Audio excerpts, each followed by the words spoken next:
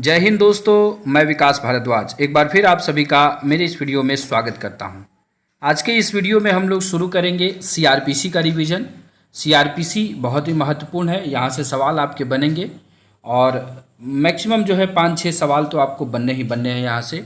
तो देखेंगे कि सीआरपीसी से संबंधित क्या कुछ सवाल आ सकते हैं, कौन से ऐसे इंपॉर्टेंट सेक्शन हैं जिसको कि एग्ज़ाम के मद्देनज़र आपको देखना है। वीडियो शुरू करने से पहले मैं आपको एक ऐप के बारे में बताना चाहता हूं जिसका नाम है कुकू एफएम। ये एक ऑडियो प्लेटफॉर्म है जहां पे आप मोटिवेशनल किताबें या मोटिवेशनल स्पीच या किताबों की समरी सुन सकते हैं जो आपके जीवन में कहीं ना कहीं किसी न किसी प्रकार से आपको आगे बढ़ने में मदद करती है। पर्सनली मैं यहाँ पर बहुत सारे सोशल बीइंग्स या फिर पर्सनल हेल्प से संबंधित जो भी चीज़ें हैं या पर्सनालिटी डेवलपमेंट से संबंधित जो भी किताबें हैं उन सब चीज़ों को मैं सुनते रहता हूं। तो मैं रिकमेंड करूंगा कि आप इस ऐप को ज़रूर डाउनलोड करें, काफ़ी अच्छा ऐप है। चलिए तो आप शुरू करते हैं हम लोग सीआरपीसी के इस रिवीजन को। सीआरपीसी बना कब? सबसे पहले 1973, इसको याद रखिए, और 1974 से यह लागू हुआ था। सारी चीज़ों को हम लोग देखेंगे। इसका जो अध्याय 1 है उसमें पहला जो सेक्शन यही है कि क्या इसका संक्षिप्त नाम, विस्तार और प्रारंभ होगा। संक्षिप्त नाम इसका दंड प्रक्रिया संहिता 1973। ये पुराना है पीडीएफ, इस कारण से जम्मू कश्मीर ये वाला गलत है। अब जम्मू कश्मीर में भी यह संपूर्ण भारत में लागू है, जम्मू कश्मीर में भी यह लागू है। अब अध्याय 8, 10 और 11 के जो उपबंध हैं वो नागालैंड और जनजातीय क्षेत्रों में वहाँ पर लागू नहीं होते हैं। तो ये एक एक्सेप्शनल चीज़ है, यहाँ पर उन चीज़ों के बारे में आप देखिएगा, स्टेटमेंट में यह सवाल पूछा जा सकता है। तो नागालैंड और जनजातीय क्षेत्र आप याद रखिए। साथ ही साथ अगर कोई अधिसूचना है उसको निकाल करके फिर नागालैंड और वहाँ पर भी इन चीज़ों को लागू किया जाता है। साथ ही साथ यह कब से लागू हुआ? तो 1974 1 अप्रैल, मतलब 1 अप्रैल, और याद रखने के लिए क्या है, मूर्ख दिवस 1 अप्रैल को मनाया जाता है। तो 1 अप्रैल 1974 से यह चीज़ें लागू हो गई। अब जो है इम्पॉर्टेंट परिभाषा देख लेते हैं। परिभाषा में सबसे पहले किस सेक्शन में है? 2 में है, और 2 में हम लोग ABCD इस तरीके से शॉर्टकट में याद करते चलेंगे। तो सबसे पहला जो इम्पोर्टेंट परिभाषा है वो 2 का A है, जमानती अपराध, बेलेबल ऑफेंस के बारे में बताया गया है। और ये बताया गया है कि जो भी सीआरपीसी की प्रथम अनुसूची में या फिर तत्समय प्रवृत्त किसी अन्य विधि द्वारा जमानतीय बताया गया है, और अजमानती अपराध से कोई अन्य अपराध अभिप्रेत है। मतलब सीआरपीसी के फर्स्ट शेड्यूल में या फिर एनी अदर लॉ जहाँ पर कि इसे क्या बताया गया है, बेलेबल बताया गया है। और वैसे सारे अपराध जो नॉन बेलेबल ऑफेंस हैं वो सारे जमानती अपराध कहलाते हैं। आपको एक चीज़ यहाँ बता दें कि नॉन बेलेबल ऑफेंस कहीं पर भी सीआरपीसी में डिफाइन नहीं है, वो 2 के A में ही है। यहाँ पर जो लिखा गया है इसी शब्द से है। इसके बाद है दूसरा 2 का B, जिसमें आरोप, चार्ज के बारे में बताया गया है। तीसरा है 2 का C, संज्ञेय अपराध, C से कॉग्निजिबल ऑफेंस। तो यहाँ पर एक ट्रिक आप याद रखिएगा, CL ट्रिक। C से हो गया कॉग्निजिबल ऑफेंस और L से हो गया नॉन कॉग्निजिबल ऑफेंस। तो काफ़ी आसानी से आप इस ट्रिक से याद रख सकते हैं क्योंकि CL लीव हम लोगों को मिलता है हमेशा। इसके बाद आते हैं D में कंप्लेंट के बारे में बताया गया है, परिवाद के बारे में बताया गया है। ध्यान से इसको पढ़िएगा, यहाँ से कंडीशनल सवाल बन सकते हैं कि परिवाद से इस संहिता के अधीन मजिस्ट्रेट द्वारा कार्यवाही, मैं इसको ऊपर यहाँ पर करता हूँ, मजिस्ट्रेट द्वारा कार्यवाही किए जाने की दृष्टि से मौखिक या लिखित रूप में उनसे किया गया या अभिकथन अभिप्रेत है कि किसी व्यक्ति ने, चाहे वह ज्ञात हो या अज्ञात, अपराध किया है, किंतु इसके अंतर्गत पुलिस रिपोर्ट नहीं आती है। ये ट्रिक पॉइंट है, ये स्टेटमेंट में आपको फंसाया जा सकता है। तो पुलिस रिपोर्ट अपराध परिवाद की श्रेणी में नहीं आता है। साथ ही साथ परिवाद लिखित या मौखिक दोनों हो सकता है। और ये भी हम जान सकते हैं कि अपराधी कौन है या अज्ञात अपराधी है, उसके खिलाफ भी परिवाद हो सकता है। आगे 2 के E में डिफाइन किया गया उच्च न्यायालय, हाई कोर्ट को, सिर्फ इसे जान लेना है। इसके बाद इंपॉर्टेंट है 2 का G, जिसमें इंक्वायरी, जांच के बारे में बताया गया है। जांच क्या है? जांच ट्रायल से भिन्न ऐसी चीज जहां पर कि सत्यता का पता लगाया जाता है।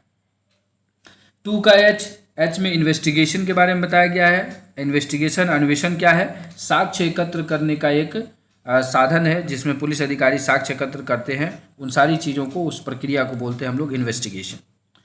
2 के I में दिया हुआ है जुडिशियल प्रोसीडिंग्स, न्यायिक कार्यवाही के बारे में बताया गया है कि जुडिशियल प्रोसीडिंग्स क्या है। तो ये चीज़ें ध्यान दीजिए कि आईपीसी की धारा 193 और 228 के कारण ही क्या है, आरपीयूपी को जुडिशियल प्रोसीडिंग्स मानी जाती है। इसके बाद इंपॉर्टेंट है एल, जो कि हमने पहले ही बताया कि सीएल छुट्टी के साथ आप याद रखिए, असंज्ञेय अपराध। इसके बाद है अपराध। एन में अपराध को डिफाइन किया गया है। आईपीसी की धारा 40 में अपराध डिफाइन है और सीआरपीसी में एन है। तो आपको दोनों चीज़ें दे करके पूछ सकता है कि निम्नलिखित में से अपराध कहाँ परिभाषित है, या अपराध कहाँ परिभाषित है, सेक्शन 2 सीआरपीसी या सेक्शन 40 आईपीसी, ए और बी दोनों, या फिर इनमें से कोई नहीं। तो इस तरीके के सवाल के लिए भी आप तैयार रहिएगा। आगे है 2 का ओ, जिसमें ऑफिसर ऑथराइज्ड के बारे में बताया गया है, officer of the police station. 2 का O, officer in charge of the police station, जिसको कि शॉर्टकट में हम लोग स्टेशन हाउस ऑफिसर एसएचओ भी कहते हैं, वो 2 के ओ में है। इसके बाद जो इम्पोर्टेंट है वो है 2 का आर, जिसमें पुलिस रिपोर्ट के बारे में बताई गई है। पुलिस रिपोर्ट द्वारा धारा 173 की उपधारा 2 के अधीन मजिस्ट्रेट को भेजी गई रिपोर्ट पुलिस रिपोर्ट कहलाती है। आगे हम लोग सेक्शन 173 को डिस्कस करेंगे, तो ये चीज़ें देखेंगे।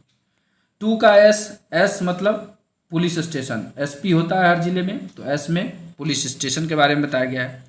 इसके बाद 2 का यू, पब्लिक प्रोसिक्यूटर के बारे में हम लोग पीपी को हमेशा सुनते रहते हैं कि पीपी कौन है, तो पब्लिक प्रोसिक्यूटर 2 के यू में बताया गया। इसके बाद 2 के डब्ल्यू में आपको सम्मन केस बताया गया है, डब्ल्यू ए में विक्टिम पीड़ित को बताया गया है, और एक्स में आपको वारंट मामला बताया गया है। तो यहाँ पर देखिए टेक्निकल चीज़ें पूछी जा सकती हैं। ऐसा मामला जो मृत्यु, आजीवन कारावास या 2 वर्ष की अधिक अवधि के कारावास से दंडनीय कोई अपराध है, वो कौन सा मामला कराएगा, वारंट मामला कहलाएगा। तो इधर का स्टेटमेंट देके ये चीज़ें पूछी जा सकती है, तो इसे आप ध्यान रखिएगा।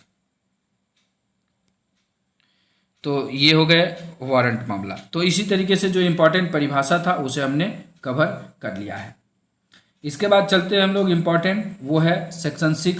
सेक्शन 6 में दंड न्यायालयों के वर्ग के बारे में बताया गया है, क्लासिफिकेशन ऑफ कोर्ट के बारे में, क्लासिफिकेशन ऑफ क्रिमिनल कोर्ट्स के बारे में। इसमें यह कहा गया है कि उच्च न्यायालय और इस संहिता से भिन्न किसी विधि के अधीन गठित न्यायालयों के अतिरिक्त प्रत्येक राज्य में निम्नलिखित वर्ग के दंड न्यायालय होंगे। पहला सेशन कोर्ट या सेशन न्यायालय या कोर्ट ऑफ सेशन जिसको कहिए। सेकंड है प्रथम वर्ग न्यायिक मजिस्ट्रेट और किसी महानगर के क्षेत्र में महानगर मजिस्ट्रेट, मतलब judicial magistrate of the first class and in any metropolitan area metropolitan magistrate.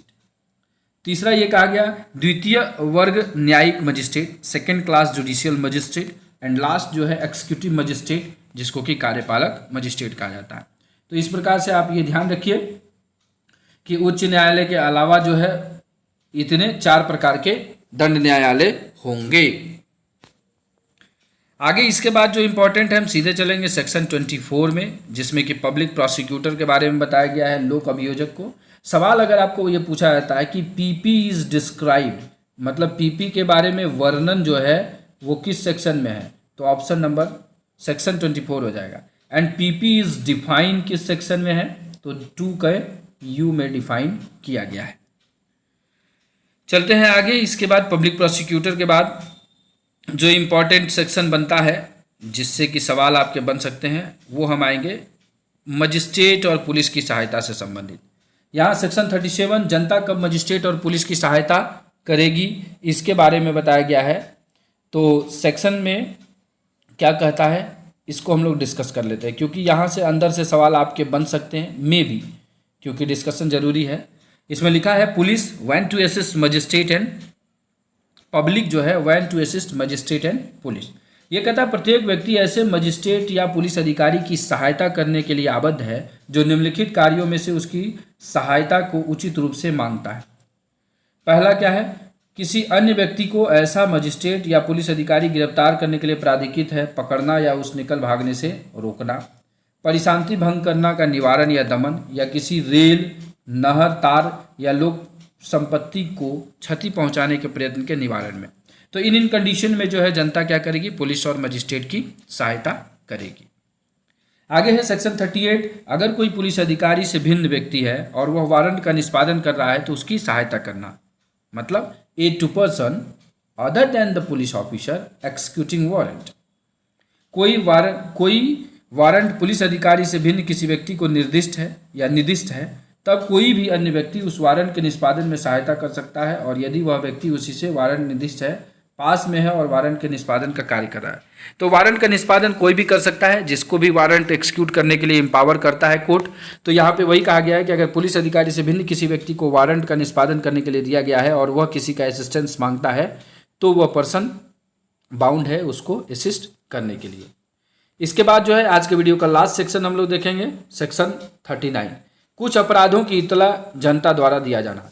यहाँ पर जितने भी सेक्शन मैं अंडरलाइन कर रहा हूँ ये आईपीसी के सेक्शंस हैं, और ये सारे सेक्शन आपको जानने आवश्यक है, यहाँ से सवाल आपके बनेंगे। अगर सबसे पहले देखें तो धारा 121 से लेकर 126, जिसमें राज्य से संबंधित अपराधों के बारे में, राज्य मतलब भारत या फिर देश, बॉर्डर, इंटर बॉर्डर या एक्सटर्नल बॉर्डर कहिए, इंटरनेशनल रिलेशन, इन सब चीज़ों से संबंधित सेक्शंस दिए गए हैं। इसके बाद हम लोगों ने धारा 143, 44, 45, 47 और 48 को देखा है, जो पब्लिक ट्रैंक्विलिटी से संबंधित है। 161 से 165 हम लोग जिक्र करेंगे, क्योंकि इससे ही बना है पीसी एक्ट, बना है प्रिवेंशन ऑफ करप्शन एक्ट, जो आगे चल करके हम लोग माइनर एक्ट में देखेंगे। इसके बाद जो इंपॉर्टेंट सेक्शन आपके लिए बनता है वो है धारा 302, 303, 304, जिसे कि हम लोगों ने डिस्कशन कर लिया है। चोरी से संबंधित 382 को आपको याद रखना है। इसके बाद आपको 392 से लेकर 399 और 402 को भी रखना है, जैसे कि हम लोगों ने डिस्कशन कर रखा है। 409 भी आपको करना है, जो मिस अप्रोप्रिएशन या क्रिमिनल ब्रीच ऑफ ट्रस्ट से संबंधित है। 431 से लेकर 439 तक भी आपको पढ़ना है, जिसमें संपत्ति के विरुद्ध रजिस्ट्री के संबंध में, जिसे पिछले वीडियो में हम लोगों ने रिवाइज किया है।